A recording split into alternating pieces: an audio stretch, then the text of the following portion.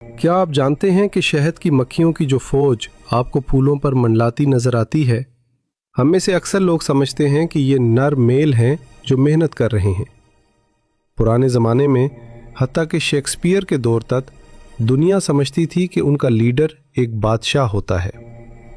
جدید سائنس نے انکشاف کیا کہ یہ ساری کی ساری مادہ مکھیاں ہیں۔ جی ہاں، شہد بنانا، چھتا بنانا، صفائی کرنا اور گھر کی حفاظت کرنا، یہ سارا کام صرف فیمیل مکھیاں کرتی ہیں۔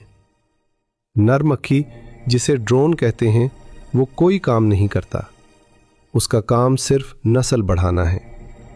اس غلط فہمی کے دور میں 1400 سال پہلے قرآن نے مکھی کے جنڈر کے بارے میں کیا کہا؟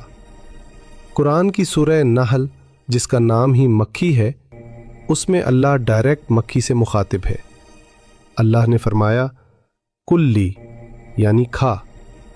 عربی گرامر میں کل مرد کے لیے استعمال ہوتا ہے اور کلی عورت کے لیے۔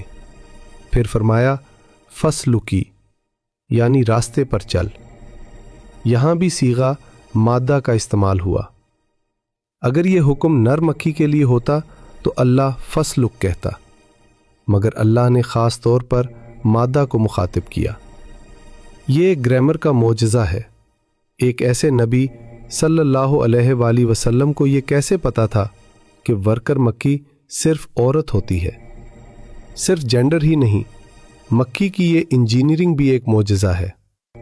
مکھی اپنے گھر کے لیے ہیکساگون شیپ ہی کیوں چنتی ہے؟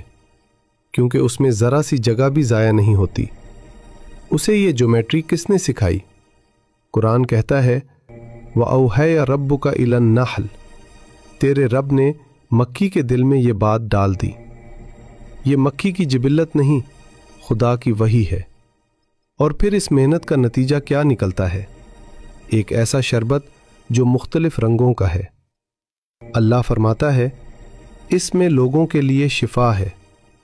آج سائنس مانتی ہے کہ شہد دنیا کا واحد کھانا ہے جو کبھی خراب نہیں ہوتا اور بہترین اینٹی بائیوٹک ہے۔ مکھی کے پیٹ میں ایک خاص کیمیکل پروسیس ہوتا ہے جو پھولوں کے رس کو شہد میں بدل دیتا ہے۔ سوچئے، اتنی چھوٹی سی جانور، اتنی بڑی حکمت۔ کیا یہ سب خود بخود ہو گیا؟ نہیں، یہ اسی رب کا انتظام ہے جس نے مکھی کو پروگرام کیا ہے۔ اگلی بار جب آپ شہد کھائیں تو یاد رکھیں کہ یہ ان ننھی خواتین کی محنت ہے جو اللہ کے حکم پر چل رہی ہیں۔ سائنس اور قرآن کا یہ ملاپ بتاتا ہے کہ اسلام فطرت کا دین ہے۔ اس سچائی کو جاننے کے بعد بھی اگر کوئی شک کرے تو یہ بدنصیبی ہے۔ یہ نشانیاں عقل والوں کے لیے ہیں۔